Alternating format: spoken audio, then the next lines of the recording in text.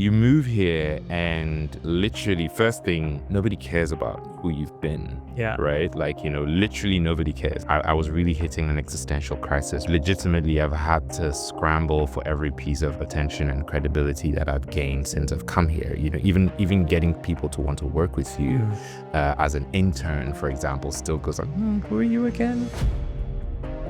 Hey, I'm Sydney Scott Sam. I'm the co-founder and CEO of WorkspaceGlobal.com.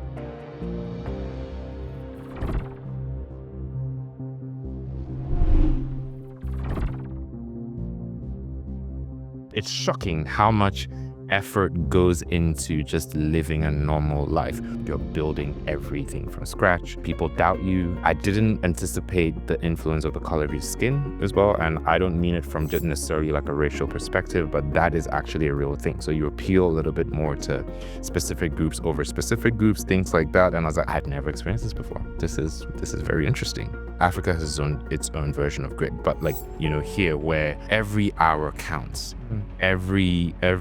you're thinking 2, 3, 4 decisions ahead. Even if we have a successful year, right? If we don't know how we did it and we cannot replicate that over and over and over again, we failed.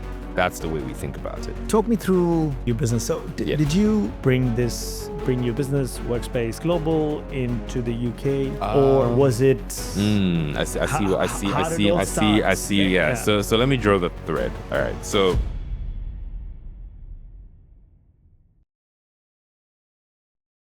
Sydney, welcome to the pod. it's been a while. I've been waiting. Well, thank you so much for coming. I mean, it was a fantastic chat we had. Yes, really. Pre-pod. I remember. Thank you so much for taking that call as well, because I remember you in your car, and you were also at a funeral. Yes. Just to be clear, my priorities are very clear, but I really wanted to make sure we build a relationship. So yes. Thank you so much, sir. Yeah. Much appreciated. Before we get into your company and everything that you do, just walk me through your immigrant journey. I mean, when did you move to the UK, and why are you really here? That's a good question. So it's not a classic story that like what we've had with other people. So I'm actually here because I'm married to a British woman, a British Ghanaian woman. So I'm from Ghana in West Africa, and a big part of bringing our lives together was the fact that we needed to be able to live, in London where she grew up, and then also for me to be able to live in Ghana. So we actually do a bit of both in a way. So we say we live in 2 countries, even though London is the primary base. So it's been about 5 years or 6 years of back and forth. And the more that we've been doing it, we've had to just establish ourselves more and more. So setting up the business here, being able to build friends, getting like a place to stay, and that whole thing. But I'm very much an outsider coming in, whereas everyone around me is like a proper like really based here. So yeah, so that's kind of where my story starts from, and it's very different because I don't have access to a lot of the services and benefits that a lot of other people do. I'm still building that, right? But I've had to like kind of adapt pretty quickly, to be able to integrate properly into the society. So yeah. So if it wasn't for your wife and you getting married, was UK ever on the cards? It was because we started the brand, the business that we're going to talk about in a little bit in Ghana and West Africa. It started out as an agency, but I had always wanted it to scale because it's called Workspace Global. So the idea is that it had to be a global company, and I did recognize that setting it up as an African business did have limitations. So I had always had in mind that we were going to relaunch it in a different way, especially after a pivot into tech, in an international, like a kind of a more global space. So either in London or in the US, so London was just it fell quite naturally on the personal side, and then on the business side, and that intersection just came in perfectly. So yeah. And I think you're definitely one of the anomalies on the pod, because we've either had conversations of people who have moved here university or just come here by themselves, or they're maybe even second generation. So we do speak to people who are second and third generation even. You spoke about adjustment. You're still adjusting to the system.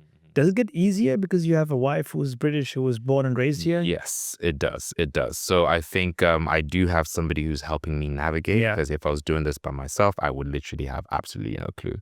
And I mean, you can find information on the internet, but it's quite skewed towards, specific groups. Or like from what I've seen, right? You still need someone to explain it, especially someone with a bit of a cultural context to say, okay, for example, these are the places or the where you can find food that you are familiar with, for example, right? Because where do you go when you want to find certain things, right? Or registering, like getting into the NHS, or like things like that, right?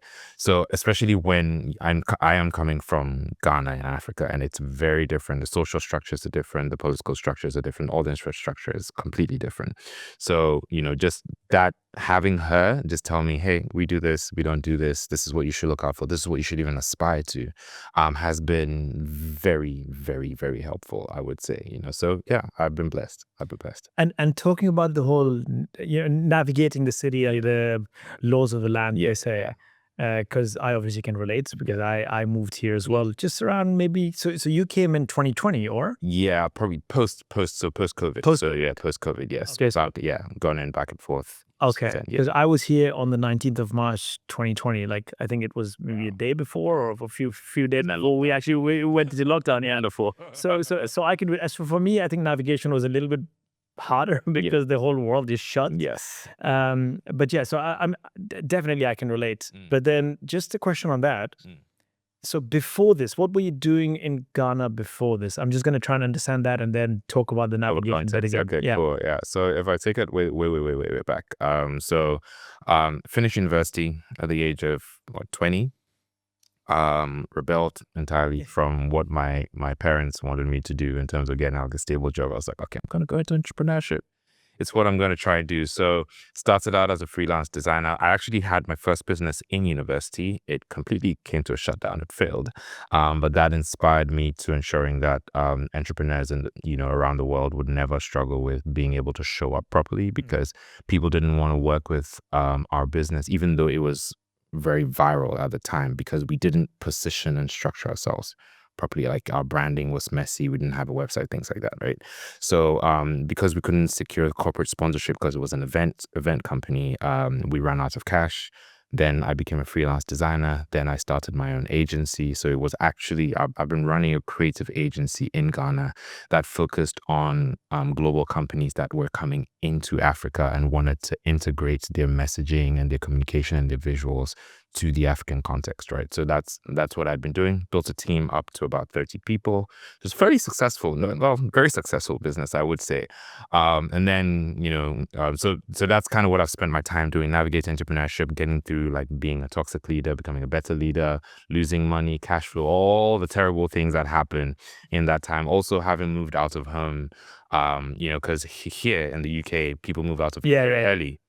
In Africa, No. no, you don't. Yeah. You wait till you get married and then you move out, Yes. right? Exactly. Yeah. Yeah. So obviously living on my own, not having that much support. I mean, I did have support from my parents, but it did come with a bit of friction. Yeah, so getting closer to COVID, we hit the whole idea where the agency model really came to like a struggle point, because you had very few clients, people needed to want to spend money, et cetera, et cetera. And we're not an advertising agency, we're just a creative agency. And my impact point was that I really wanted to support hundreds of thousands and millions of entrepreneurs. And the agency model doesn't allow you to do that. It forces you to focus on the people who can pay you the highest, right? And you just work with maybe 5, 6, 10 customers, and they pay you very well and everybody's happy, right?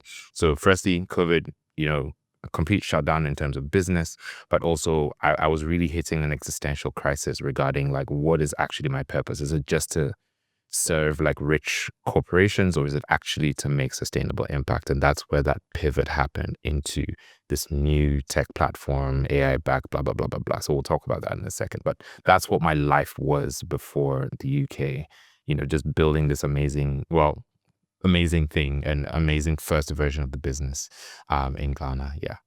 So that's great context, and Okay. and it helps me now ask you that question, or now understand how you felt. Mm. So you've you failed, created, failed again, Yes. created even then some, moved out of your parents' home. Yes. and all that. I mean, so you've seen. I would say you were somehow maybe comfortable in the ways how things operate in Ghana. Obviously, Yes, and definitely. you wanted to come out because of Workspace Global. There's a reason. It has the name global around it because you wanted to create bigger impact. Exactly. But then you come here, and then the whole navigation aspect. Yeah. I think it's maybe easier when you start from a clean slate I think so too. versus you just know, and then now you again do not know. No, exactly. So exactly. how does that make you feel? So first thing, so there are two things that have happened since I've moved to the UK. Number one, I became a startup again. Right. So that's very, very, very difficult to accept as an entrepreneur, or even as a professional, right? Where you're the CEO somewhere else. Like, I had people, bringing me coffee. I had do you know what I mean? Like we recently built the websites for the Ghana Stock Exchange, like big grand things, right?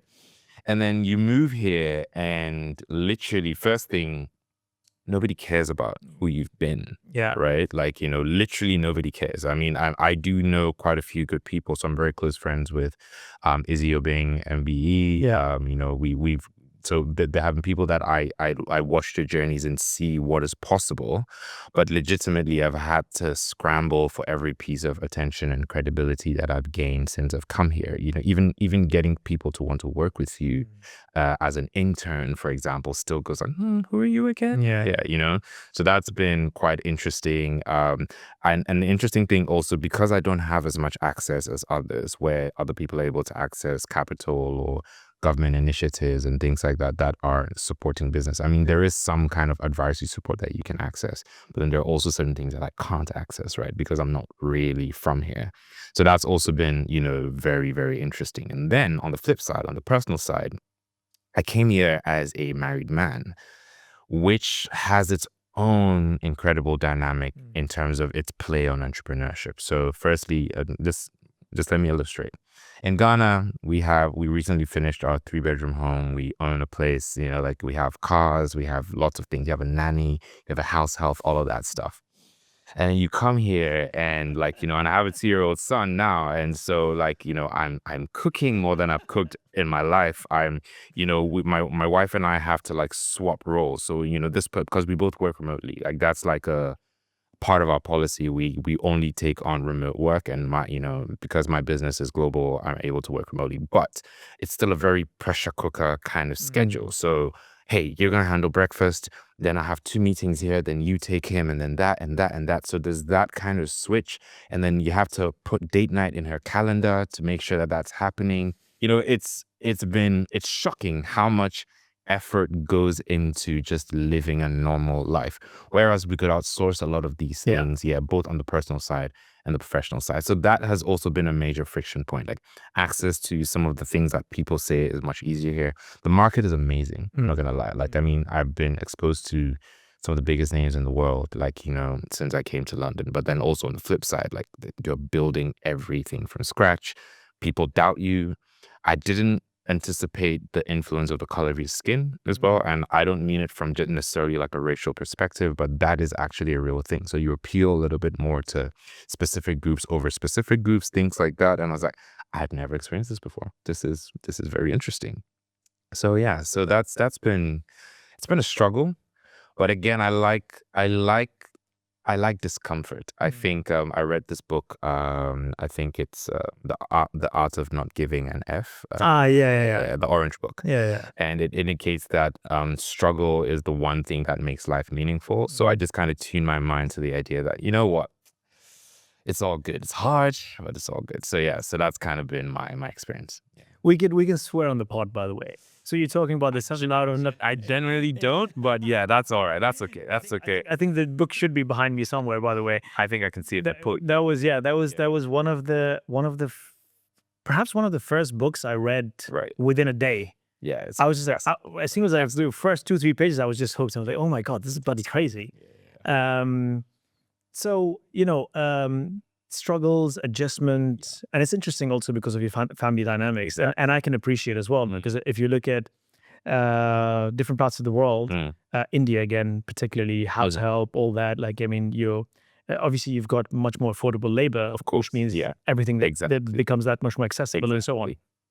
And that obviously impacts not just the way you live, but also, like you said, the time and space that you have for one another and so on. Exactly. But on the other end, uh, a lot of people do aspire to come to the UK, and then a lot of people keep coming every single year. And considering people are also moving from Africa, from India, a lot of places where perhaps you have that dynamics covered, Exactly. but then they do take that initiative, knowing that, okay, these will These are be the friction challenges. points. Yes, exactly. So, I mean, on the flip side, then what would you say are the positives? So I mean, number one, I'm a lot more organized here. I'm a lot more, I count my days in relation to how much progress I'm making, not just business wise, but in life milestones a little bit more, right? Whereas, so I'll be honest, and people might shoot me on social media for this, but I feel like I was coasting in Ghana. Like, so after you hit the Forbes 30 under 30, you've built a house, you've done a few things, you're in a nice part of society, if you get what I mean. So you're not pushed a lot. You're not as hungry. Yeah, you're not as hungry. You get what I mean? So and fundamentally, I could coast at this level for the next 20, 30 years and I'll be completely fine, if you get what I mean. But starting over and coming to the UK, there's something about, there's a grit that is built here that obviously Africa has its own version of grit, but like, here where every hour counts. You're thinking 2, 3, 4 decisions ahead, because you know that if you don't book, even coming here, I was thinking about booking parking space 2 days ago. If you're like, who thinks about that stuff when there's so much space to park? So I think there's a lot more. I'm more organized here. Because of the constraints, I innovate more.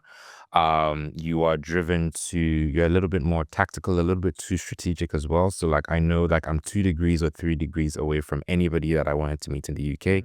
So you look out for these people. I have a hit list of people I want to meet this year, the people who are going to make those introductions. There's a very clear plan in regarding to things like that. And then also, as I said, on the household level, I never used to cook. But when I cook, I know that like, my home I'm for some reason, I'm on a slightly better husband and dad here because of the constraints, because everything means so much more, so those are some of the positives that I would say. Access to certain things, like, again, access to capital, there's free advisory services, there's community centers. I work from the library, right? Or I can give, Santander is doing free co-working spaces and things like that. And you don't get access to that information very easily, but when you do find it, you're like, this is amazing, because free, I know it sounds basic, but free internet, free desk space and things like that really changes a lot of things. And there are a lot of like mixers of other very hungry people. So when you rub shoulders with people who are like, doing things across Europe, doing things in the US, doing things in Asia, from London, you're just like, I mean, your ambition grows, right? That's one thing that I would say. So I've really loved that here, and also I make a lot more difficult decisions in the sense that, so my family, we prioritize quality of life over everything, and then quality time. So we do turn down big contracts that, or things that would make us very, very, very comfortable from a financial perspective, but then the price to pay in terms of freedom of time and things like that, I think we've really been forced into our values, in the sense that, like, this is something that's going to pay you 120K a year. It's going to keep you away from us, 5 to 6 days a week. Is this something that you're going to, no, it's not. And we've never been put in that place, to be able to make those hard decisions. And that kind of feeds also into my work as well. So yeah, I think being here has really made me grow up. I've grown up and I'm a very mature person, but I've grown up in a different way since I've come. Yeah. It's a very good reflection point for me as well. I think I've also grown up, like UK has pushed me to grow up in a different way. It's interesting. I was raised in Dubai, lived in Dubai all my life, and then moved to the UK. So I'm ethnically Indian. I was born in India, and then I was shipped or flown to Dubai when I was 2 months old, and lived there all my life. Right. So I was in Dubai, and I've been an entrepreneur all my life as well. I had my first business when I was 17, and I dabbled into many different businesses. Very similar. Yeah. So yeah, there's a lot of things that I can resonate with. Mm. But the one thing that, it's also very reflective for me to think about now, on what you said, how the UK somehow pushes you to just do things. And I think there's a part of you being an immigrant as well, Oh, because you spoke about the skin color, or just you knowing that you're not from here, and it's like, yeah, even if perhaps maybe people are not thinking it, you're just overthinking it. It's just like, oh shit, like I'm not from here. I was so comfortable there. Everybody exactly. knew me, Yeah. whatever. So when I was back in Dubai 2 weeks ago, Mm. I was again, you get to meet, you go back, you meet people, whatever. And I cannot stop singing praises of London and the UK, because honestly, it's just changed my life. Like it's just too many positives. So I was just telling them, like, how happy I am, and things have changed, whatever. So like the underlining thing on that conversation was, yeah, but Asim, I mean, okay, fine, there were failures, but you've been successful in Dubai as well. Yeah. So it's not the UK. You would have been successful anyway. You would have not. Fair, I agree. And you would have, if you stayed in Dubai, you would have been successful as well. And I was reflecting. I'm like, no, I don't. Maybe not. I wasn't too sure. Yeah. Up until now, it's actually a fundamental fact. I know for a fact I wouldn't be, maybe different level of success, but not the success level that I have today, is because I was also pushed. In that, you spoke about your home being a pressure cooker, maybe that pressure cooker environment just in general. Exactly. That, you're an immigrant. So there's different dynamics. You're an immigrant, you're coming here, you're like, oh shit, like everything is just like, what the hell? Yeah. And there's a huge shock to your system on so many different levels. But B, also the support system that you get in this place. Exactly. So yes, you're pressured, but there's just so much help. Exactly. Like you spoke about Santander, I had the same help from NatWest. So when I first came here, I was in the NatWest section right here. And they gave us an office, and they gave us internet, this, that, whatever. I'm like, this is crazy. Like, what the hell? So for free? I don't have to pay? Like, this is insane. Exactly. And they were checking on us, and they got us like every other day. They mentors and talks and nonstop. And then I was in the London and Partners Accelerator as well. I'm like, oh shit, like this again for free? So, yeah. I got to see the mayor of London. Like, I was like, what the hell? Like why? Like, we're at, and I was thinking, oh shit, but I just walked into the country just now. Like, I'm not even from here. I'm not even British. Like, it's so crazy. Yeah, exactly. So that hunger, I think it's such an interesting dynamics in the city. Like, if you're really hungry, you get the fuel. Yeah, exactly. Like, it's crazy. Like, the world has really become the oyster. And then the huge opportunity, I think the one thing that you said about your skin color, it's interesting that you are cognizant of the fact now, but you're also cognizant of the fact, in my opinion, is because you also have this huge melting pot that you've just come into. Exactly. People from all different colors and races and places. It's just insane. And I think that is also like a superpower that the city has. And it's so that has been my experience. Yeah. And it's such a rich amalgamation of context and perspectives that you would not get anywhere else in the world, like, because we're renting a car, and we're speaking, I'm not sure where he's from, but he has a fleet of like 42 cars. He's a young guy, just like under his 30s. Wow. Running by himself, like, and I was like, and he owns all the, and I was just like, because he brought us the car, he drove it himself, so you would think he worked for somebody else, right? But no, he owns the business. And he was just sharing like his perspective on like how he built his fleet, his act, and he's done this in 4 years, so it's not like and I'm renting this car from this guy, and so technically you would think that as the client you have a slightly, I don't know whether there's a little bit of a superiority because you are no, but no, I'm so inspired by this individual who has just mapped out the things he needed to do, his decisions regarding taking loans versus working, and things like that, right? And so that concentration of diverse perspectives in one place, of people speaking to people from the Caribbean, speaking to people from just different parts of the world who have different motivations, different experiences, shared experiences, different challenge. I've never had that level of Because I'm a connoisseur of humanity, right? I really enjoy people. I enjoy conversation. I enjoy the way people's minds work. I don't even need you to be properly sane, and I would enjoy you. And so just having that has been amazing. And also, I serve as a judge for the DNAD, so it's one of the world's biggest awards for design work and the best campaigns in the world, right?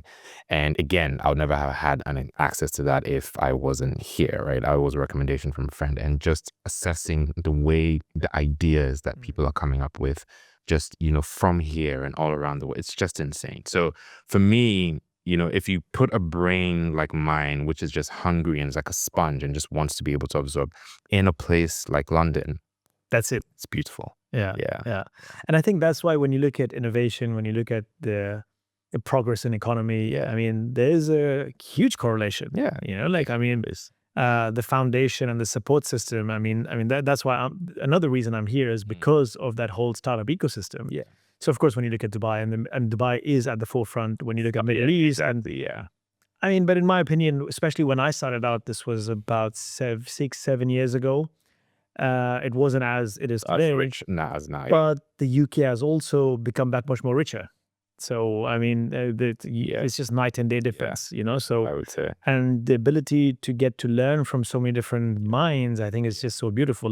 Just this conversation, this is crazy, So talk me through now your business. So did you?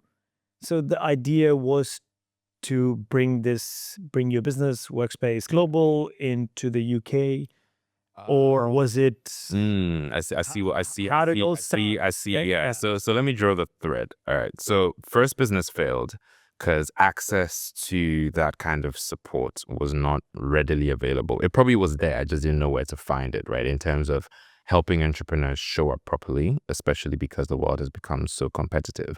And when I say show up properly, I specifically mean branding, marketing, being able to, just put yourself together, regarding your digital footprint, et cetera, right? So I was inspired or I was challenged to support entrepreneurs. And then on the flip side, because I was also a freelance designer, I also recognized how tough it is as a freelance designer to find clients. People think freelancing is like, oh, it's amazing. No, you have to find clients. So you network, you're submitting proposals, you're contracting, you're project managing, you're a client. There's a lot of it beyond just the actual work you do on a computer, which is like building a website and a lot of the freelancers that I met, and even for myself, just don't have that support. And nobody's teaching them. Who's teaching a freelancer how to do good customer service? Because all they know, they've learned how to a digital skill on YouTube, but nobody teaches them the soft and professional skills as well. So that was where that whole story started from, if you get what I mean. But then it morphed into this agency structure, obviously, because it's what pays the bills at the time. But there had always been that nudging to build a platform that would change the way the world outsourced creative work entirely, and also change the way digital creators could access work as well, right? So that had always been the vision. So it wasn't just about moving the workspace or the brand to the UK. It was just restarting it on a different foundation for what it was always supposed to be, not necessarily just like an elevation of what it was, because I could still just build another agency here and charge clients £600,000 a year, and hopefully, but that's not the idea. So with this context, what the hell is Workspace Global? Yes. So Workspace Global is a platform that is automating, or just it's fixing the creative outsourcing process. So it's a collaboration platform that is backed by a talent workforce, right? So, the marketing space has HubSpot, which is a SaaS platform that helps with all sorts of marketing tasks. The sales space has Salesforce, right? It's a software company that does that. But then the creative outsourcing space, especially for design and marketing related tasks, doesn't have a software that is helping them do that. It has marketplaces like Upwork and Fiverr, where clients can find talent, but then they have to manage the relationship on their own, right? There isn't a platform that manages the entire relationship. So there's no risk, because we know it is probably more cost efficient for you to outsource your creative work maybe to India or to Africa or to the Philippines, right? But what is supporting you to ensure that that will be safe, right? That you will get what you're looking for, that, it's predictable, that it's at an affordable price, that there's a gap in the market regarding that. And so anytime entrepreneurs think about branding and think about outsourcing work, you don't really know where to go. Do you work with somebody you know? Do you find somebody on Upwork? How do you even know what good work is? Do you get what I mean? So the Workspace platform just takes on all the elements of that and fixes that for you. So how you brief, you know what briefing is, right? Yes, So sir. how you put in the brief, you make requests, somebody managing the talent for you, assigning them tasks, all of that stuff is just handled by our AI software that we're still building, right? And then also we have the actual talent in the background. So we manage all of that for you. And all you do is you subscribe to a platform like Netflix and then ask for what you want. And that's it. In 3 days, everything you ask for will be submitted to you. So, hey guys, I need a pitch deck. Sure, answer these few questions, and we will supervise every single thing, till that is delivered. Hey guys, I need a logo. Hey guys, I need a social media campaign. Hey guys, I need a website. And it's not hey guys in terms of like an agency. It's you're telling this to the platform, and the platform will take every single step, take your information, rewrite it, indicate that you like yellow as a brand color and this and that. It would automate all of that for you. Find the talent, give it to the talent, manage that relationship, do the quality control of that, and then submit it to you in record time. And all of this starts from about $300 a month. So it's also ridiculously cheap because you keep your subscription on, right? And you can just keep asking as many times as possible Oh, over and wow. over and over again. Yes. So this is my idea of fixing the access for entrepreneurs and startups and small businesses all around the world to outsource talent, right? Without the big price tag, without the stress of hiring or recruiting and all of that stuff. You just subscribe like Netflix, and when you don't need it, you turn it off. Oh, So amazing. that's what Workspace is. And on the flip side, for the talent, for now we only hire from Africa because I'm biased. I'm trying to fix the unemployment problem in Africa. There's so many Yeah. amazing minds who just don't know where to get work, right? And people are trying to fix that problem with jobs. But the problem with jobs is that it has a very formal infrastructure. You need to take people on into an office or into like that kind of contract. But people are looking for fractional remote roles where they can work on the times that they want, deliver in certain ways, and just get paid consistent income at the end of the month. So that's what we're doing. So we find the customers, we manage the customers, we do the project management, we do the quality control for you, we train you, and all you have to do is just sign on, say, hey, I'm available on Tuesday and Thursday between 5 and 10 p.m. Send me as much work as you can.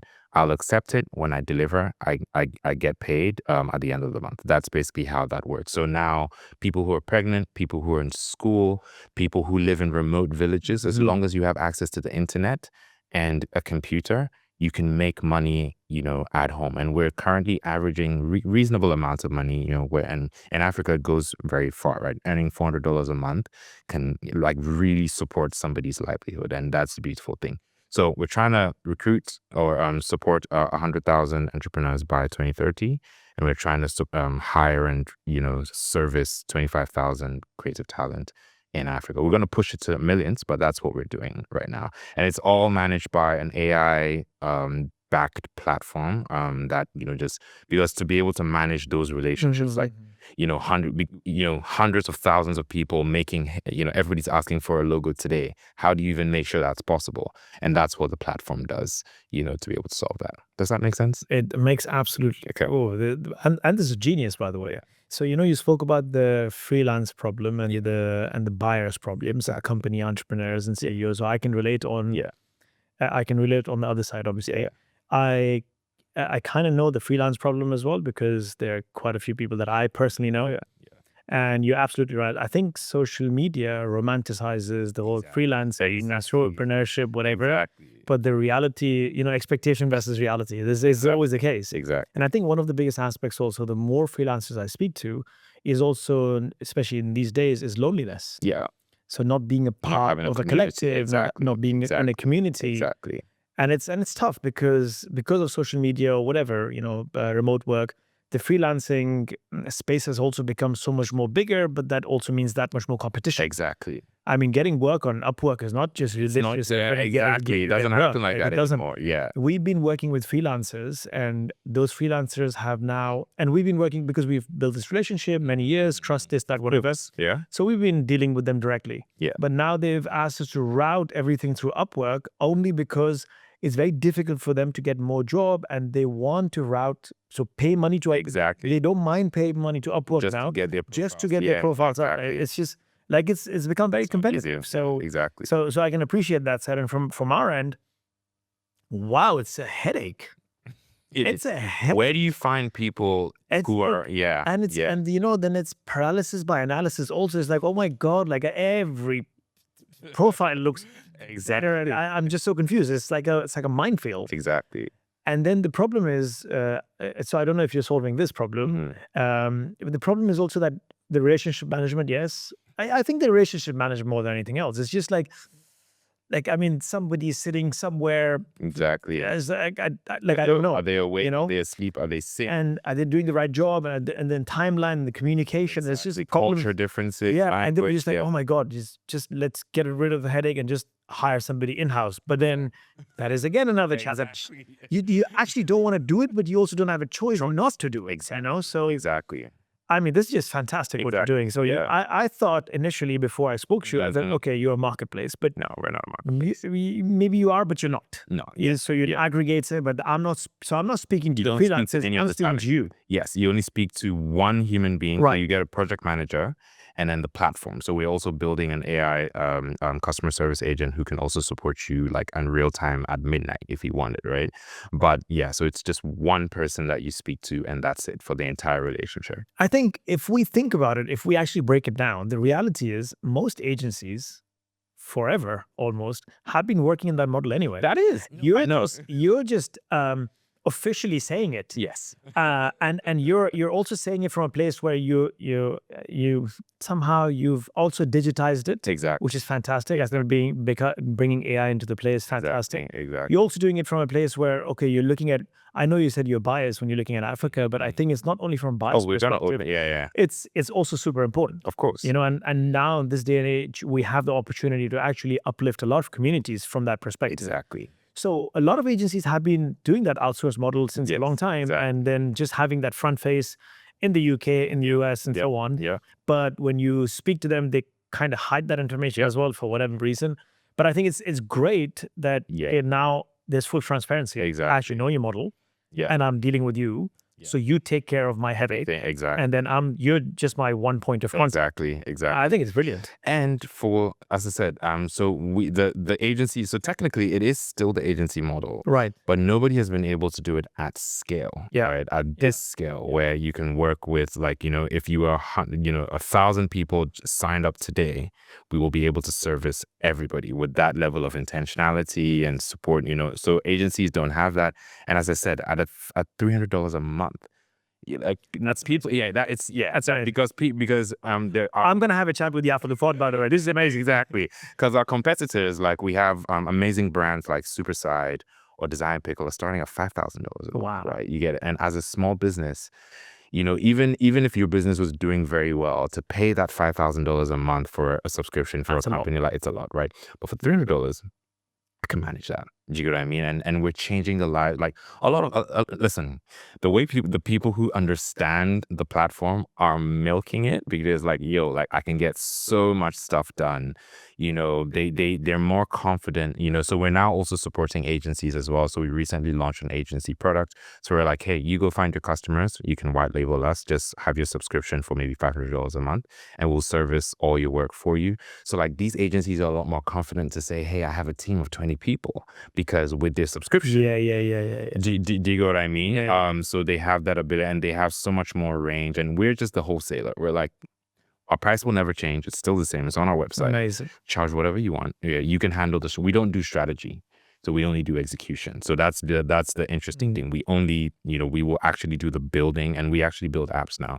So we're moving into, we're also doing devs on subscription. So where if you need to build an app, you don't need to go do a proposal and all of that stuff to find like a team. You can just click a button literally, and the team starts working within 30 minutes of your subscription. So it's also, there's no lead time.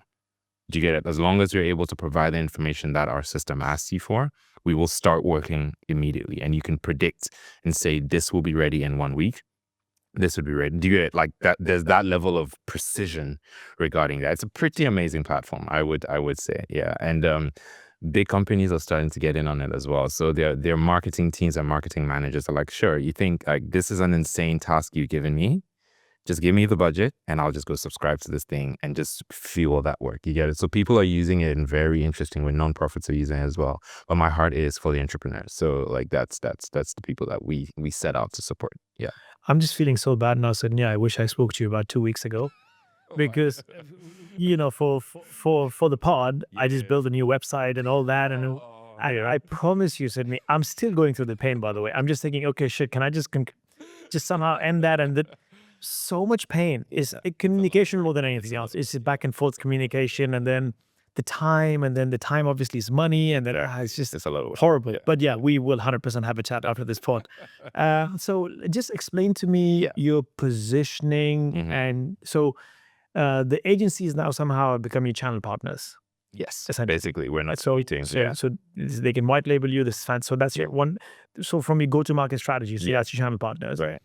And then your ICP currently, your target audience. So 4 customers. So there are 4 customers. So there's a startup founder or an SME, small business owner, right? So that's the heart of, so they have a lot of ideas. They have very limited budget and they need to be able to deploy very quickly. So those are the people who are taking their branding seriously or their marketing seriously, right? They need to have a website. They need to build an e-commerce platform. So startup founder, small business owner. So small law firm, accounting firm, make a business, whatever that is, right? Number 3, nonprofit project managers, right? And then number 4, agency owners. So those are the 4 customers that we're servicing right now, all early stage. So we do have enterprise products, but we haven't yet built it out yet, because once we take on enterprise customers, they just want the traditional agency model anyway. Yeah. And we're like, you might be taking us away from what we're trying to do. So you are, even though it's good money, you're not our priority right now. We'll wait a few months or years to launch a product for that.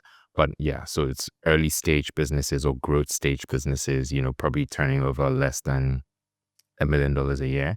So like anywhere from, you make $2,000 a month, right? Or $1,000 a month to, so yeah, you're not a big company. That's who we're servicing. So. And you think the ICB is going to change as you scale, or we don't know. We don't, because the idea is people want us to, because people are used to specific things, you can be pressured into becoming what larger companies are more familiar with, which is an agency. So we've had that problem before, like where people are like, why don't we do meetings in my office? I'm like, no, it's a platform. You have to go to, so we're cautious about the fact that there are people who will love us and who will want to pay us a lot more, but then they're not, they will change the business, if you get what I mean. Yeah. So we're focused on mass, small pricing, because again, if we get 2 big customers and we can only work with 1-2 designers at a time, we also don't create as much work for as many people. But the idea of like hundreds of thousands of customers allows for us to have like so many different talent in creating work for these people, if you get what I mean. So that's generally so it's a little bit of a hard-headed, naive perspective, but I know that over time, because this is one of the only platforms in the world that is doing this in this specific way, right? Where it's like a subscription, and all of that stuff. It will just take time, but I think the world would understand and go like, this is genius. And we would just prefer to do this, as compared to like going to like an Upwork or hiring an agency or hiring in-house, because you never have to hire in-house ever again, So yeah, that's the idea. Yeah, and I think the strategy that you spoke about, because you said, okay, you provide all these services, but you don't actually provide strategy. That is your strategy, not to provide strategy. Yes. So I have a thought process around that, but it'll be nice to hear your thought process, and I'll give you a little bit context of my thought process. So at one point, I also owned and ran a digital marketing agency. This is way back when in Facebook days. I'm not going to give away my age now, but way back when.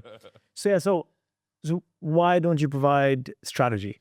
So strategies are, I'm gonna say everything on this call, but it's fine now. So strategy is a value add. So we try not to provide strategy as a service. You get it from free brand advice, right? So you will get the strategy anyway, but because you don't hold us accountable to building a strategy, it sits much better in the customer's mind, if you get what I mean. So that's the way that is structured. I shouldn't have said that on this, but it's all big. No, but it's also really important from a place where, I'm just thinking from a perspective where someone young is thinking to start a business, moving forward, the strategy, the foundation work is super important. Like you need to have a direction. Exactly. So just understanding from your mind, why did you take this decision? And I think from my experience being in the digital space, being in the marketing space, I think time and time again, what I felt was, you would come in as a marketeer and with your agency, with your knowledge, experience, whatever. And then you just, most of the time, just told what to do. So, okay, why'd you hire me then? Yeah, exactly. So, okay, if you just want me to follow what you want me to do, why did you hire me? Exactly. And if things are not working, okay, so then again, I have to play. Exactly. So I feel fundamentally, I think that's a very good strategy. Because, okay, you plan whatever the hell you want to plan. I will execute for you. Exactly. No colors, that's it. And I think from, especially in the early days, for you to scale and scale quickly, you also want to do that, Yeah, and I think, testimonial, social proof is super important. And the reality is, my opinion, if you also got involved in strategy and if it didn't work, because to be honest with you, even today, now if I'm on the flip side, although I understand the pain from an agency side, when I'm on the client side, I also expect the same now. Exactly, because I've got a client hat on now. So if I have you as a full service agency, and if you're doing performance marketing or whatever, and if things are not working, I'm going to blame you. Exactly. Okay, because you gave me the strategy. Exactly. If it was the other way around, if you told me, okay, listen, give me a strategy and I'm just going to run the ads for you, okay, then I can't really blame you. Exactly. It's just me. I just have to blame myself. So I think that's a very good strategy, in my opinion. And I think that's the first time I heard it. Yeah, because if you speak to a lot of marketeers, like really, I think one problem or pain they have is, oh my God, okay, so if you're going to tell me how to do marketing, so then why do you have me, Exactly, and I think from a scalability perspective, especially in initial days, like I was saying, social proof is important. And, you can have 10 good social proofs. You just need one bad to just bring all that down, Exactly. So if you're only focused on execution, then people are just going to give you social proof or gauge you on that execution. Exactly. And you also then focused. You just focused execution. Okay, the logo design looks fantastic. That's it. You have, the direction. It was supposed to be apple, but it's a banana. But you told me it's supposed to be banana. So so good. I think that's a very good strategy. Yeah, it works. Yeah, it works very well. And and the thing is, servicing clients. Clients are complicated. That's another thing. And we're going through our company values recently, and like I was even looking at it. That's just horrible. So our company value: delivery, customer obsessed, data driven, predictability. So that fourth point was where a lot of people go like, so even if we have a successful year, right? If we don't know how we did it and we cannot replicate that over and over and over again, we failed. That's the way we think about it. And so the ambiguity of our customer, where the fact that no two customers are the same. One person can speak to their wife on the pillow and the strategy has changed. And another person could be walking on the street and has seen Coca-Cola has done this. And do you know what I mean? We realized that the ambiguity and the lack of predictability of that space in terms of our customer was just too hard to automate and put into a workflow, if you get what I mean. So we would give you advice regarding that, but to be able to make a request, you have to hone in and you make a decision to be able to, to put that in. And that has really helped us because then we've cut down all that ambiguity. And also the beauty of a subscription, flat price, transparency, because money, and I would say pricing is psychology. Pricing is how people feel, right? When it is transparent and it's fixed and they don't have to make a buying decision every single time because it just comes out of the card. They treat the entire service differently because we're like your Calendly. You get it? Like we're like we're like your Calendly or your Loom or like a software that's happening in the background versus the idea that I'm taking out money to pay a team and this team is accountable for how well they're performing because you're paying for a software. Correct. It's just backed by humans, backed by humans and AI, right? So when you understand the customer psychology, that whole pricing, the idea that there's no proposal, there's no pitch, you can go on the website, click a button, and the project starts, within 30 minutes, less than 30 minutes. There's a different framing in their mind versus like, I want to see how I feel about this person speaking to me right now. Is their suit worth this amount of money? There's so many agencies don't tell you a lot. They go through a lot. And that's why you'd find people getting fancy offices that are not sustainable and things like that, right? Like we're not doing any of that. Just go on our website. And interesting enough, in our sales process and the pipeline, initially we used to have a sales call, right, to be able to convert somebody to becoming a customer, and we've made it so efficient that now there's no sales call. It's just a free trial. So I remember there's a company that reached out to us and goes like, how are you financing this free, like, wait, I can use you for free for 1 week, like, don't you? And we pay the, if Of course. Alan, yeah, we'll pay for it. But then it's a brilliant strategy because the customer, number one, there's no friction to begin, right? Absolutely no friction to begin. They completely understand the value immediately because, like, most people go like, how are you different from Upwork or how, and you have to do this whole explanation and all of that stuff. And they're like, no, just try for free. Like on something that you actually want, a company brochure or like a pitch deck, which is actually important. We'll finance you. It's fine. And then they do it and they're like, this is amazing. I'm completely subscribing right now. So so now this year we've had more no sales calls, no like people who don't interact with us and just go on. We don't know them and then they just subscribe, right? And which is also quite difficult because we've had some very nasty characters also come. You can't vet them because like they just they can engage us immediately. So it's pretty fun. It's pretty fun. Yeah. So two questions, and both are kind of related. You go to market strategy. Yes. So you want to put it all out here? Yeah. Let me tell you what the go-to-market strategy is. Okay. So number one, we're partnering with, so that's what this, we're launching something called Brand Seed, right? Which I spoke to you about before. So it is the idea that based on our mission, all entrepreneurs deserve to show up properly. That's the mission, right? So we're saying that we're going to invest $75 to $100 in 1,000 entrepreneurs between now and next year, right? Just to give people free work. But actually, it is to get people onto the platform because these are our customers. Do you get what I mean? So it's an initiative to support them, but it's also hedged us off free trial. Do you get what I mean?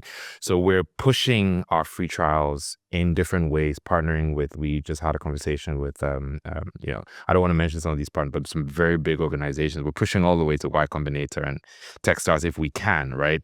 We'll support your entire portfolio. Listen, like you can't support them with creative work. We'll do it for free.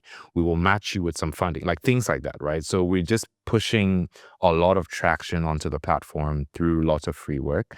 And customers are now starting to understand, like immediately they engage with that. They go like, this makes a lot of sense. So it's through partnerships, a little bit of marketing, but we're bootstrapping. We're not funded. So we can't like do a big splash in London. I'm hoping that somebody listening to this will go like, you know what? I'd love to be an angel and just drop, a little bit of money so that we can do that and just push people through that free trial model for 1 week.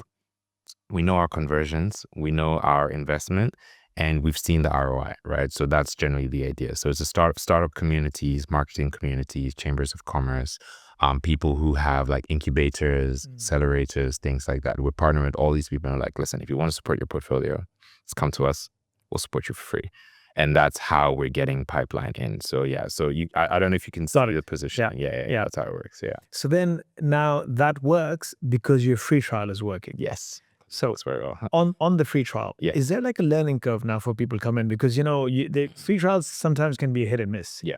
Because you could give access to a platform, but if the platform is overwhelming and I don't know how to use it, and I've been that user, by the way. I can understand. And I'd like to think I'm maybe like a super user because I mean I'm you can a tech guy, like quickly, and I've been on free trials where I'm just like, what the hell, like I'm just so confused. Too much, exactly. So the beautiful thing is because I'm an entrepreneurship coach, right? So I teach entrepreneurs how to entrepreneur.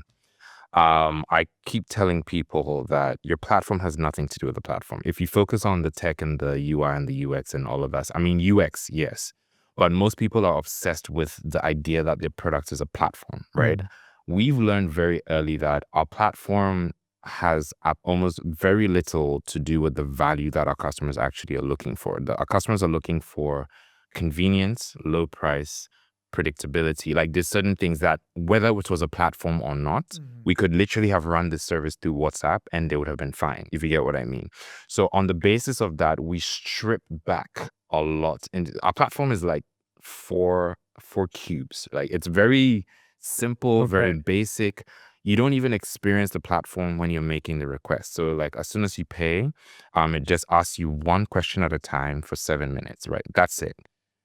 Hey, what do you like? Which of these six? So you probably indicate that, hey, I'm building a fintech product, for example, and go like, which of these six things look like something you might like? Very simple 10-year-old questions, right? And then we're building an AI copywriter now that so when you get to a point where you have to put in your content and just in case you don't have content, you can work with our AI copywriter to just help you build like your pitch deck, like information. And just within a few minutes, it knows agency language, SEO, like, things like that. So we're integrating that in there so that, so through that experience, one question at a time, you can put all of this stuff. So you don't navigate with the platform until after your onboarding call, where you have spoken to the actual person who will be running your relationship, if you know what I mean. So it's very simple, right? You have to be like 100 years old to not be able to answer one question. And as long as you can type and you know what you want, it's quite easy, So that's the way that we've designed it. So our platform, like for a big part, we've been using third-party platforms as well, right? And then because again, the value is not in the platform. Just because we just want to own our IP, that's why we're building like a tech platform regarding this stuff. And also there's a lot of like industry secrets that we have that make us better and cheaper and faster than almost everyone else in the game that we would like to keep and integrate into that platform. But yeah, that's how that works. So the free trial is not about a free trial to the platform. It's a free trial of the value. And that is put in little bite-sized experiences that make it very easy for anyone to be able to use.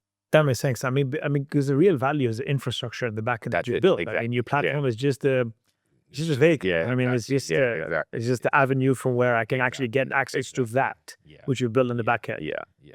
So, Also, are we still on topic? I'm just checking because I realize we've really gone into the entrepreneurship element of it, but I just want to make sure that we get like your viewers are getting what they're looking for. no. Yeah. I mean, I think we always be on topic regardless of what we guess, what we say here. I mean, it's just for people who are really coming into the space and trying to get like a holistic type of perspective on just business in general.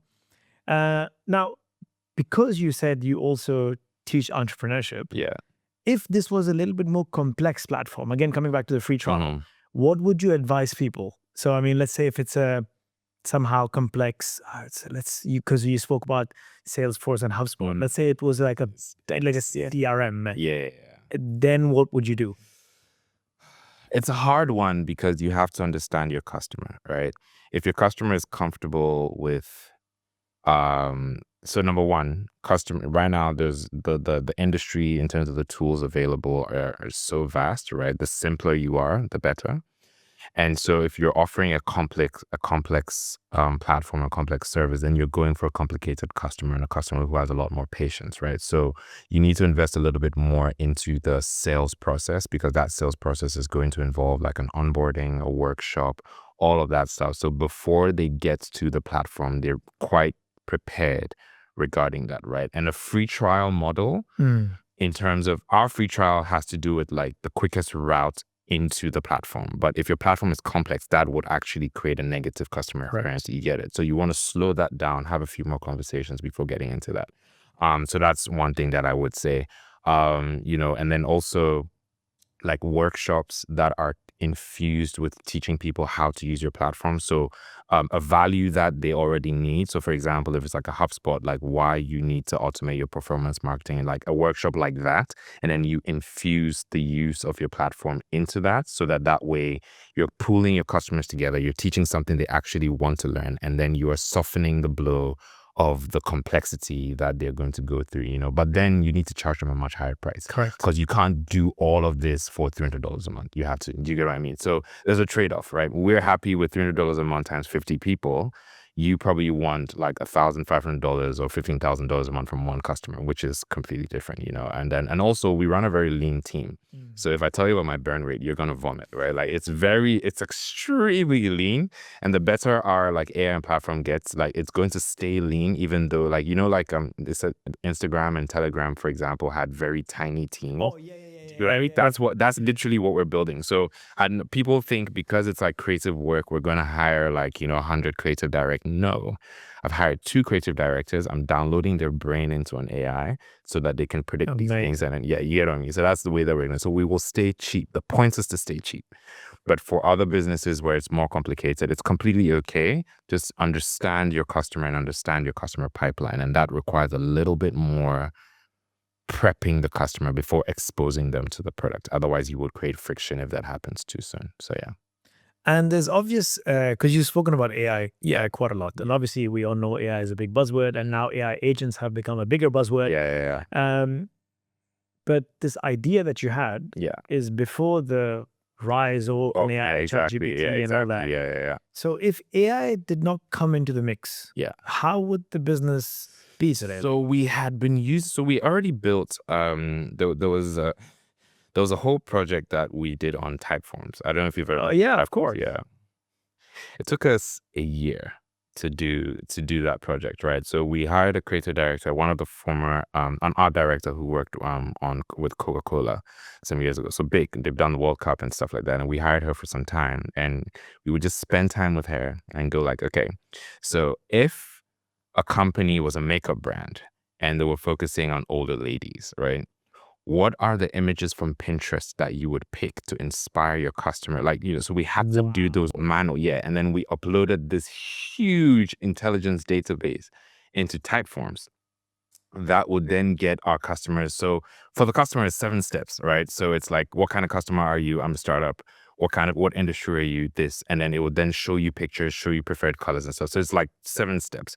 But for us, it was like probably, I don't know, like over 5,000 data points. Like, if you get what I mean, so AI has helped, but for us, we had the patience because we were operating from Africa, so I have a big part of the team is in Africa. So the fulfillment centers are in Ghana, and then the commercial office is in London, right? So that's the way that we're working, right? So we have the room for a bit of patience to go like, you know what?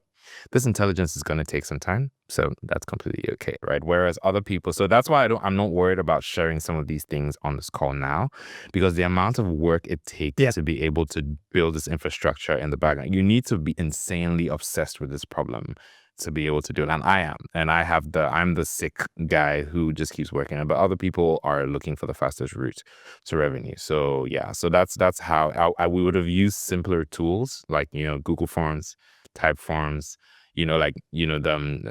just very basic stuff, and then build the intelligence ourselves and then fed that into that. But with AI, that's really like I had imagined it was going to be some kind of Siri, but that was my only version of what like a conversational AI would look like back in the day, back when I came up with the idea. And now, we've had the world has changed, as we know. So it's amazing, but we're doing well. We make enough money to survive, right? But we're trying to scale. We're trying to scale exponentially, right? And so we've been talking to a few VCs, and one of the VCs came back and they were like, "Hey, we feel nervous about betting against creative AI, right? The fact that AI is doing image generation and Canva has launched their AI and all of that stuff." And I was like, "I understand, but it seems you may not fully understand what the business is. This, as much as the business creates or the platform creates creative output, it is a creative outsourcing business specifically. So our customer specifically has the intent to outsource. Do you get what I mean? If a customer wants to do creative work themselves, they're not our customer. We can't compete with that, right? Because you're happy to go in and play on Canva and all of that stuff. That's completely fine. We're not fighting with you. But there are people who are like, finance people or law people or in the beauty space, and they do not want to do these things themselves. Do you know what I mean? So we recognize as well that if we could have just built an AI system that made the creative output, but people want the human element of it, the human nuance, the cultural nuance.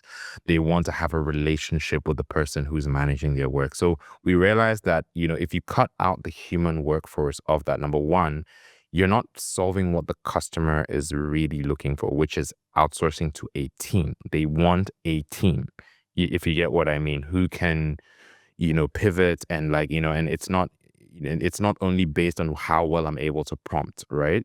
So there's that element to it. And then there's the impact element to it, where there are a lot of customers who are happy we're paying people in Africa and supporting livelihoods and things like that, right? So that is also like a huge motivator that has kept our business to keep this model.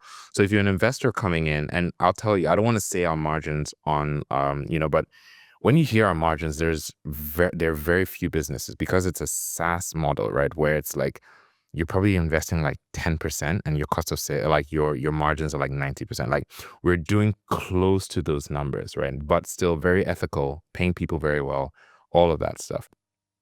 So it just takes a kind of person who really understands where this is going to be able to work with us. But I just wanted to say that, just to say, somebody might just ask, why aren't you just a creative AI business? Why don't you create like an AI that can create posters and stuff like that, right?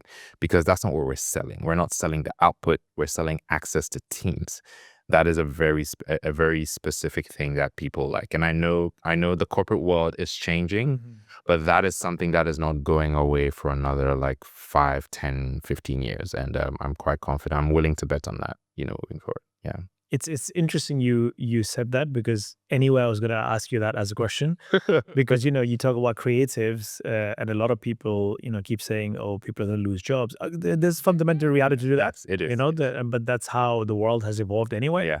If you look at the agricultural revolution to the AI revolution, Yeah. many jobs were lost, but many more jobs were created, and that is also going to be the case the next 5 years, 10 years, and so on. Exactly. But it's very interesting that you say that, because 100% I agree with you also. There is of course, AI has brought a lot of convenience and speed, and the cost have reduced and whatever. I mean, it's not going to replace human beings per se. Like, that's not going to happen. Yeah, exactly. It will make things much more efficient. Yes. But I think that is one part. But the second part also, I also agree with you 100% that there'll be a lot of businesses who will now stand for actually paying money, because it's in India, Africa, and all these places where the company is able to do that good. It becomes one of their CSR initiatives or whatever that may be. Exactly that. And I think I can appreciate also how some VCs would perhaps say that. Yeah. Because again, like I said, AI is a buzzword, AI agent is a buzzword. You see a lot of venture capital just thrown at AI agents and so on. Yeah. But it's also about creating sustainability and sustainable businesses, which is going to stand the testament of time and so on. That also matters. And I think as human beings, we should also be being cognizant and mindful of that aspect. That was super important. Yeah, agreed. And fun fact, the brand Workspace Global is 10 years old this year. So we have stood the test. Congratulations. Thank you so much. So in the UK, we're obviously a very young business, like I think about 3 years or 4 years old. But then the brand, just to show you the resilience, the work we've done, like the numbers we've done, like it has stood the test of time, and we're still going, right? So yeah. That's amazing. Yeah. Talking about venture capital, so you're actively raising at this point in time, or? Yes, we are. Because we're at that space where the money we generate from bootstrapping is not enough to experiment and throw around, right? Like we need to do it, because our next big milestone is to cross $1 million in revenue. We're trying to do that by the end of 2026, right? And that requires us to do 1,500 free trials by then, knowing that the conversion numbers, we've done all the math. the rates as to which we make revenue is not enough to just front load that investment to be able to do that. So venture capital is a little, it's definitely the way we want to go, but we need a specific kind of company that is not trying to like just sell us as quickly as they can. I want a company that understands that, no, we will 10x this revenue, and you can, in terms of valuations, just stick with us a little bit of patient capital as well. So I'm putting it out there. Angels, I'm open to that. Angels syndicates, I'm open to that. And a specific kind of VC, I'm also open to that, because I think, because this is not it's not the next Uber that, is going to sell. Like, we might close, a deal in the future for like $1 billion, hopefully, right? But the point is, we really want to help people. We really want to, so if it pivots only to focus on money and the revenue only, even though I'm trying to get very wealthy, that's not a problem. But I want somebody who cares about that impact. And those are some of the clauses that I would want to put in, even if we're ever going to do a sale, where you have to ensure that at least we're helping minorities around the world. So we want to, so because I do want to do South America, I do want to do Asia, to expand it there. So like, you don't lose that element of that, right? And then also the focus on supporting early stage businesses. It doesn't have to stay with that only. But if you throw that out the window, then we're back to the problem in the beginning, where they don't have the support that they need. So those are some things that I'm looking for. But and we're not looking for a lot of money. Like, we're not looking, it's like, if $1 million, even $500,000 will be fine, right? Like, it will take us, I feel like $500,000 or $1 million will take us to $1 million in revenue within 18 months, so that's kind of what we're looking at. Okay. So anyone listening, please, now they know where to catch you. Yes, exactly. Or find you, let's say it in a nicer way. But so, again, where we spoke about social media expectation versus reality, there's a lot of things going on around raising funds and bootstrapping as well. Every now and again, I see posts, don't sell your soul to the VC and bootstrap, and that's the way forward. You should not raise, and you should not raise. I've raised multiple times, but so that's what do I think? Yeah, what do you think about that? Why aren't you just bootstrapping? Why don't you just continue bootstrapping? And So why the VC route? So it depends on what you want as an entrepreneur. That's the first thing. So a lot of people are pressured into, well, not pressured, but like, number one, entrepreneurship is now cool. So we were entrepreneurs before entrepreneurship was cool, right? Like, and I don't even think we were like entrepreneurs. We're like business people. They like, they're just very, very boring names. Like, It's a very fancy name. Exactly. Founder, the founder startup. No. So I think your motivation is very key, right? So for me, the half of me is very mechanical, grow this business 10x every year if we can, like that kind of thing. But then there's also a part of me that goes, I really want to spend time with my family. Like, I want to enjoy the process of business. As you can see, I like the problems, if you get what I mean.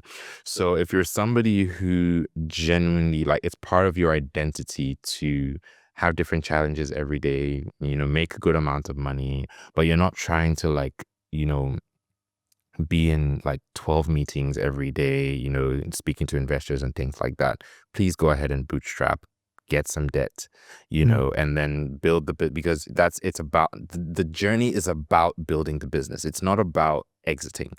Right now, I think everyone is just thinking this is like a fast route to, because of, again, what is glamorized in the media, right? Like, it's not, business is not about exiting unless that is what you enjoy.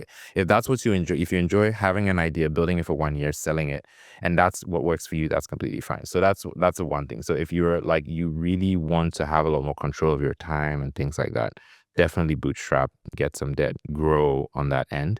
If you are looking at hyper growth to like radically change the world and the way that needs to happen, and you have a timeline in which like you want to do this within 4 or 5 years, please be open to, the VC route. But the thing is, the fact, even though you can get a VC, it doesn't mean you need to take the money. So I always say, like, I love to I love to get deals and then read through the deals and like, compare deals and things like that, right? Most people think once you say you're raising and somebody gives you a big check, it means you've automatically said yes. It doesn't, that's not how that happens, right? Get the deal, like, it's okay.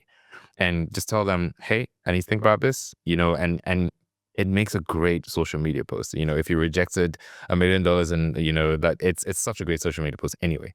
So get the deals anyway and properly assess them based on what you're trying to do and then make a decision. So I wouldn't say don't go the VC route or don't go the debt route or bootstrap. Bootstrapping could suck if you're in a terrible market that takes a long time and you don't have the right team. So you might be aligned with the value of bootstrapping, but it generally doesn't work for what you're trying to do, So that's what I would say. Do some reflection work. Open yourself up. People would be very excited to work with you and just give you some of their money. The fact that they're giving you the money doesn't mean you have to take the money.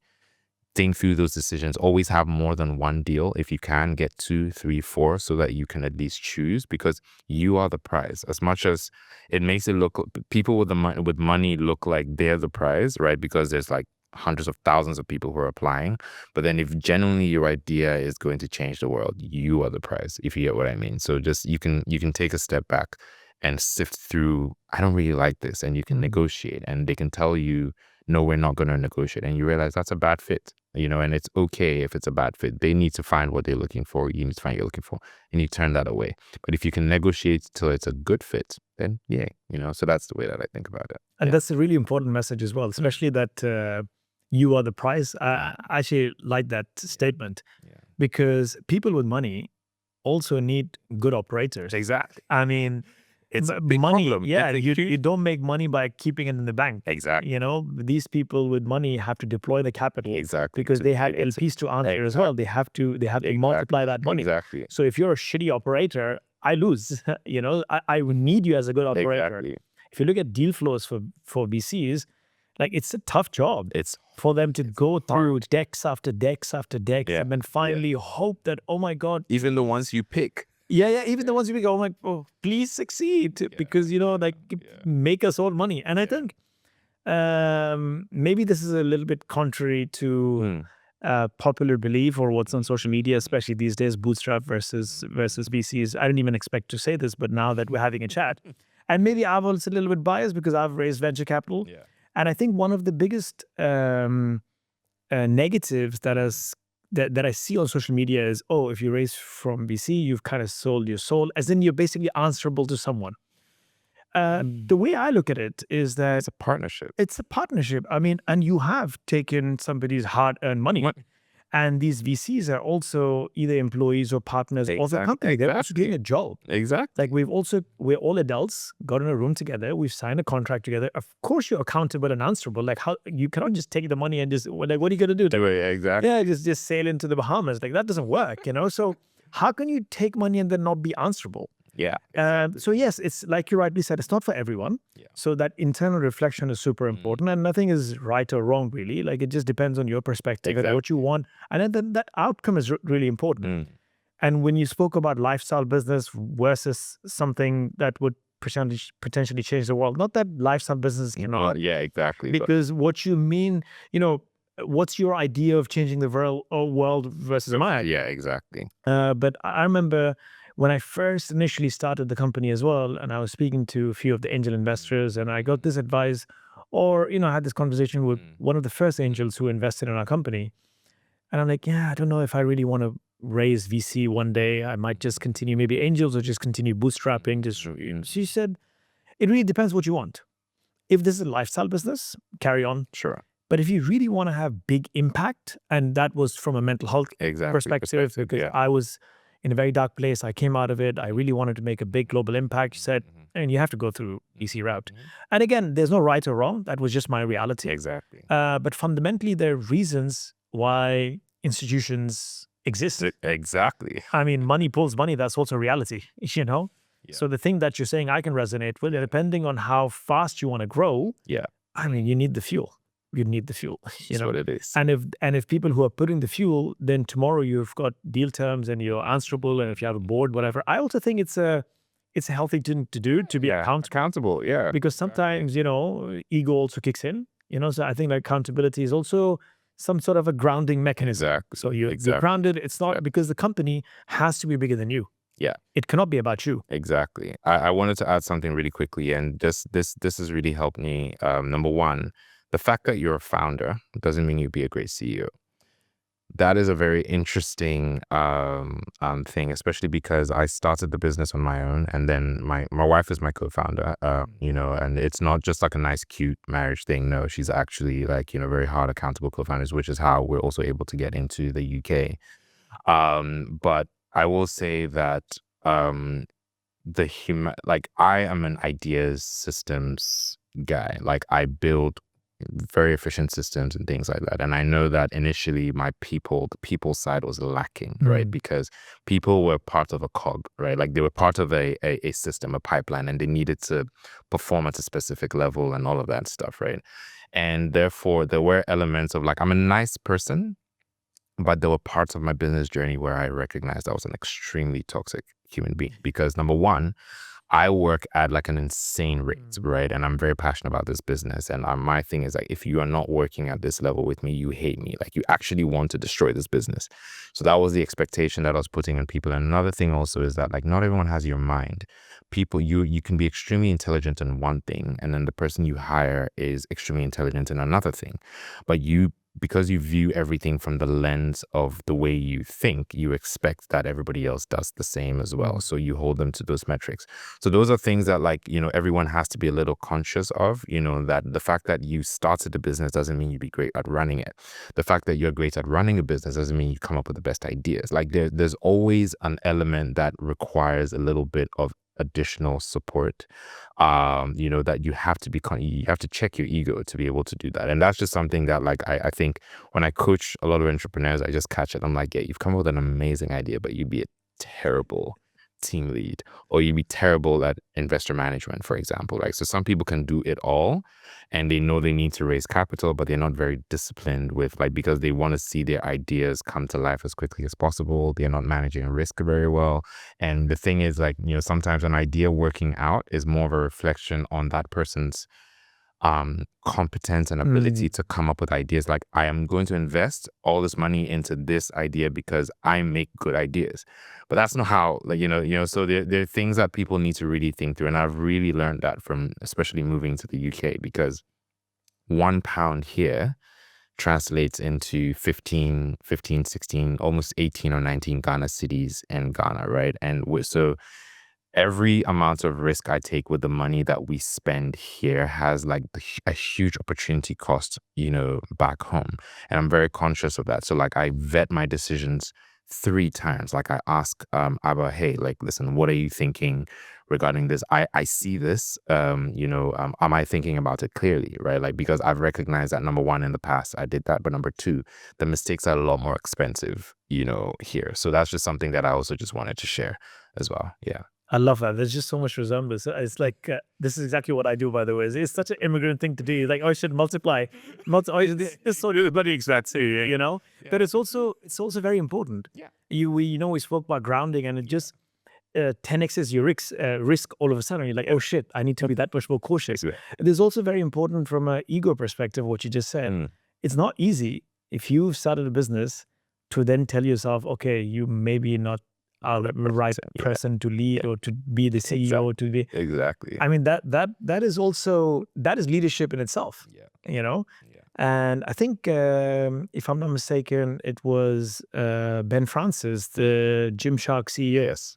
He stepped down for a couple of years as the CEO of the company because he just felt he was not the right person for the job. Yeah. And then you brought in somebody else. He's become the CEO now. But that's just and of course, Gymshark, where it started to where it is, the rest is history. Exactly. So it was an absolute right decision for him to take at that point in time. But it's also how many people would take that decision. It's like I've started the company, and at that time when he took that decision, Gymshark was already successful.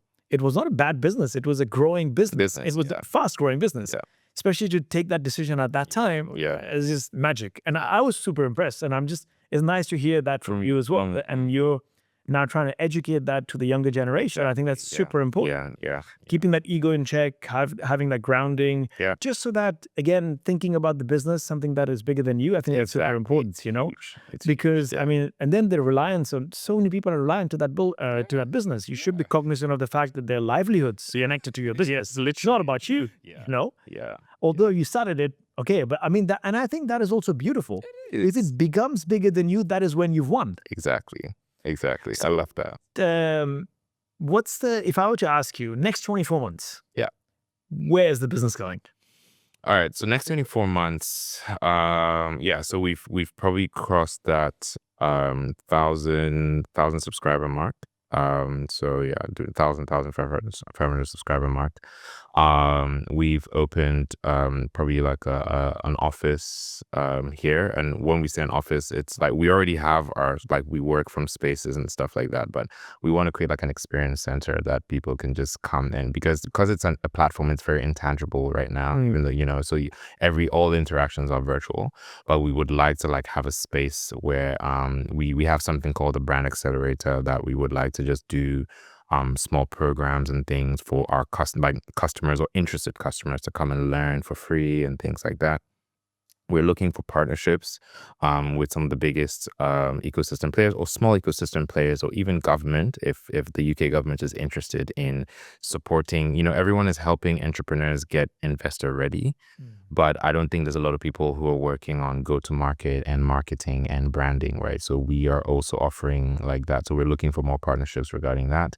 And then on the flip side, I'm putting this out there. I want a partnership with Adobe. I want a partnership with Apple or Microsoft, so that we can also send infrastructure to the talent in Africa, right? So my idea is that when you get onto the platform, we should be able to ship you a laptop, ship you maybe like a Starlink so that you have good internet, things like that kind of support. And then you pay for it, like, through the work you do over like 2 years or 3 years. Like, so those are things that I would like to, so that literally anybody can, number one, learn. So we're also going to put up an LMS where people can just, even if you don't have the skills, you can learn for free, so that you learn, and then we place you into work, we give you the infrastructure, and then you can work and support your family and your livelihood. So those are the things that would be happening over the next 24 months. So both on the talent side and then on the customer side. Yeah. That's amazing. I mean, and create the entire ecosystem, Literally. as that's where you move into it. It's just fantastic. I mean, really, it's about uplifting communities. Yeah. It just happens to be that they design and they develop, but you're really uplifting the communities. That's just fantastic. I'm glad you put it out there as well, because in life, if you don't ask, you don't get. Exactly. You know that. You're an entrepreneur. You know that.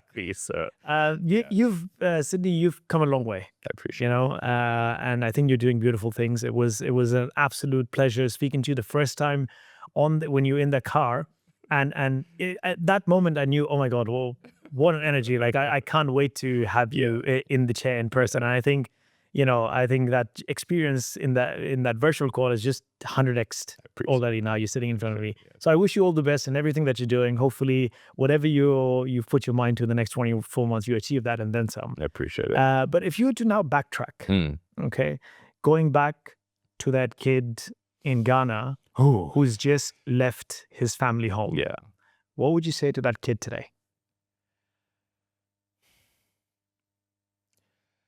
Enjoy the journey more.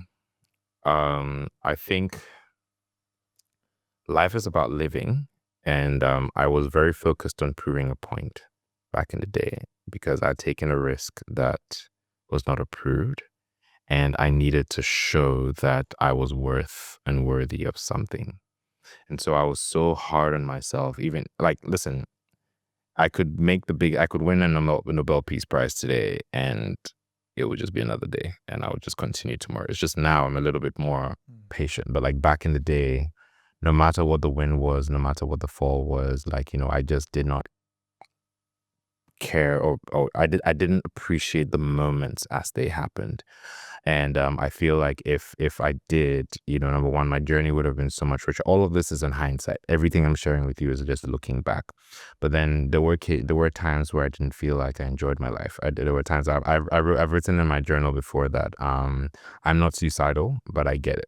Those are the words, right? Like, where it's like, there's just, why is all this? What is all this? You make bad mistakes, and people lose their jobs, and people are looking at you funny, like, because I remember when I was making the pivot, it's funny, I did change management at MIT and Yale, but I probably have the worst change management story in history, right? Where we were moving from agency to this tech platform, and I was not like, it included layoffs and a lot of things, and I did not do it well. I did not do it well.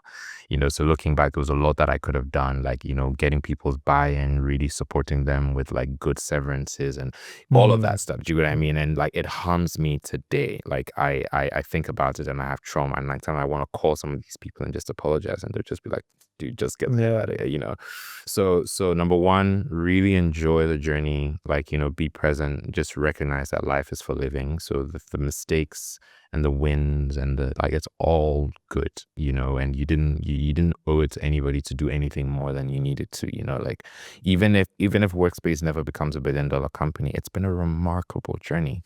And I know I've impacted thousands of people either way, right? Like, so what, and it brought me to you, and so that's just the mindset that I would encourage him to do. And then the second thing was just not quantify your work by your productivity, but by the people you're able to serve. So I remember I used to just value everything from from the check size, and therefore I got into very toxic client relationships based on the fact that they were paying me well versus like, what my value system was. So like, those are the two things. Like, don't quantify your progress based on just your productivity or your revenue, and then take moments to really just appreciate every moment of the journey, because that's the point. That's what you're going to be thinking about. So yeah.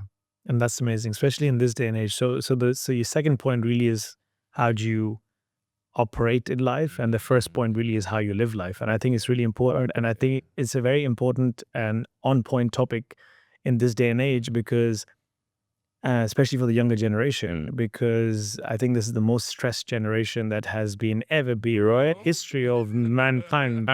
It's insane. And it's also quite sad. Yeah. If you look at the suicide rates, they're just, because you spoke about, self-harm and suicidal thoughts, and you get it. I actually was at one point, and I had suicidal thoughts as well. If you look at the suicide rates are sadly just increasing every single year. Yeah. And the younger generation is deeply impacted. So I think it's very important for anyone, especially the younger generation listening. It's very important. I mean, I usually ask this question, reflection, and for the most part, it is around, telling your younger self that it's okay. It's okay. It's okay. You spoke about failure. Failure is important. Yes. You spoke about, living life. And that is important, because a lot of younger generation is also stressed. Oh my God, like, I don't know what to do. Maybe social media, I don't know what it is, but it's just like, it's just so stressed. So it's okay. Yeah. I mean, you are a testament to it as well. I mean, after all that stress, I mean, you're here, I mean, and I love my life, and you love your life. It's just beautiful. And that message is very beautiful. Yeah. And it's very important as well. So thank you so much for that. I appreciate it. Thank you so much for coming on the pod as well. Like I said, I wish you all the best. And this has been absolutely amazing. There will be a next time. Definitely. I can already sense it, but this is absolutely amazing. Thank you so much. And congratulations on your new baby. Yes. Coming soon, but congratulations. Yes, we'll talk about it. Yes. All right. All right. Thank you so much. Thank you.